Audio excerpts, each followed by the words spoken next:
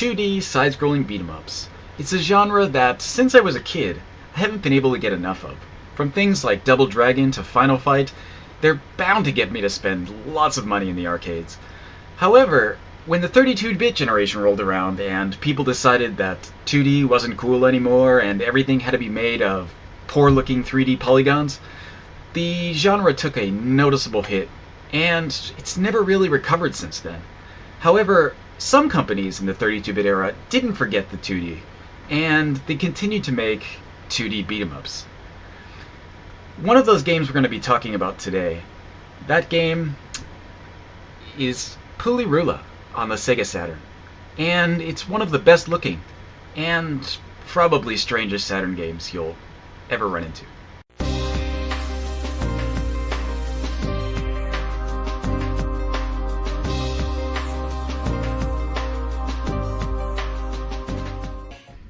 PuLiRuLa was created by Taito for the arcades and ported to the PlayStation and Sega Saturn by Xing Entertainment in 1992. There's actually an English arcade port as well, but it's censored and translated so badly it's nearly unintelligible. The only way to get the true PuLiRuLa experience is to either find an arcade with the Japanese arcade board or import it for various systems. The basic story for the game is that there is a clock tower in each town that must be wound using a key in order to keep time moving, but the keys are stolen and therefore the time stops. It's your job as Zack and Mel, 1-player and 2-player respectively, to travel through the 5 levels of the game in order to restore time to the various places of the world.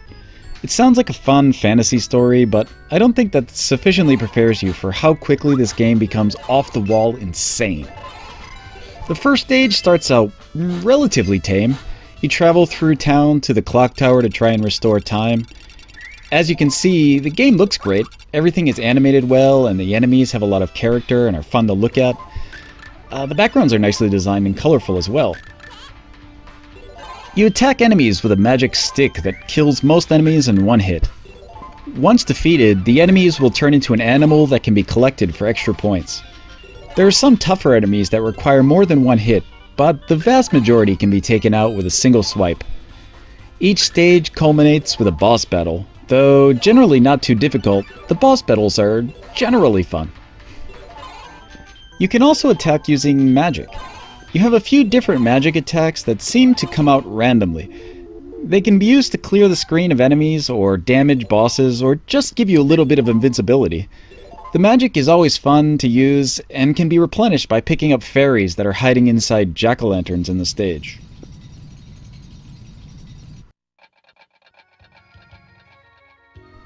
The second stage of the game is where things start to get a little crazy. First, you'll notice how great it looks. The crystal floors reflect the characters, new enemies appear, and the overall level design is quite good. At this point, it's a cute and kind of quirky beat-em-up, but when you get to the boss, you've suddenly come very close to the edge of crazy. The boss is a huge-nosed, bald cross-dresser of weird proportions that attacks with kisses and by shooting lasers out of its eyes, of course. It also bounces around on its nose at times. Okay, let me interject here. This is probably enough to put the game into the nightmare-inducing category for most people. However, this is only the tip of a very large iceberg. Stage 3 takes us far off the deep end. You're almost immediately come across bizarre scenes involving digitized people. There's the weird blue-haired guy, a woman flapping around on a flagpole, the face on the wall that will stick out its huge tongue at you and lick you, and this smoking geisha, and of course a sumo wrestler displaying his ass. So it's a little unexpected and kind of jarring. Of course, the highlight to Stage 3 is the huge pair of legs with a door in between them sticking out of the wall. This part is actually the part that's censored from the game outside of Japan. In the US version of this game, this scene is not in there. The fourth stage has what I'd consider to be the most disturbing of all scenes. There's this wall of tortured souls, or whatever it's supposed to be, that probably wouldn't be out of place in a Hellraiser movie, followed by the most screwed up boss in the whole game. The boss attacks you by trying to suggestively stab you with his horned codpiece. This is like a bizarre kid-raping torture sex boss. And you thought this game was cute in the beginning. Stage 5 is designed with backgrounds that mimic MC Escher type drawings. Of course, it's full of bizarre scenes and weird enemies and is just a crazy mishmash of stuff. It's like the game has completely recognized that your brain is probably broken by this point, so it just goes with it and produces a level to match. The level culminates with a sub-boss and the final boss battle. If you want to see more gameplay of this game, check out the Let's Play that's also included on my channel for a full playthrough of the game. When it comes down to it, this game is insane. It's beautifully animated, and it still looks great even to this day, but it's definitely weirder than almost any other game I've ever played. Beyond that though, it's a lot of fun. It's not the most technically awe-inspiring beat-em-up, it's got some hit detection issues, and it's not incredibly long, but it's charming, and it's definitely the type of game even non-gamers will enjoy playing due to the sheer strangeness of it all. The only downside is that it's not an incredibly easy or cheap game to come by, though it's not prohibitively expensive, and you do have some options. The version I'm showing in this review is the Sega Saturn version, which in my opinion is the best version because the graphics are very crisp. However, there is a PlayStation version which isn't much different.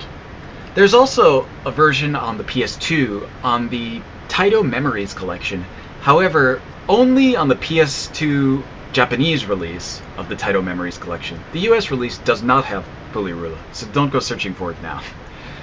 However, the PS2 version is not as crisp as the Saturn version. There's a type of filtering put on the graphics that make it seem a little blurry compared to the crispness of even the PS1 version, so that's not exactly the ideal version to play.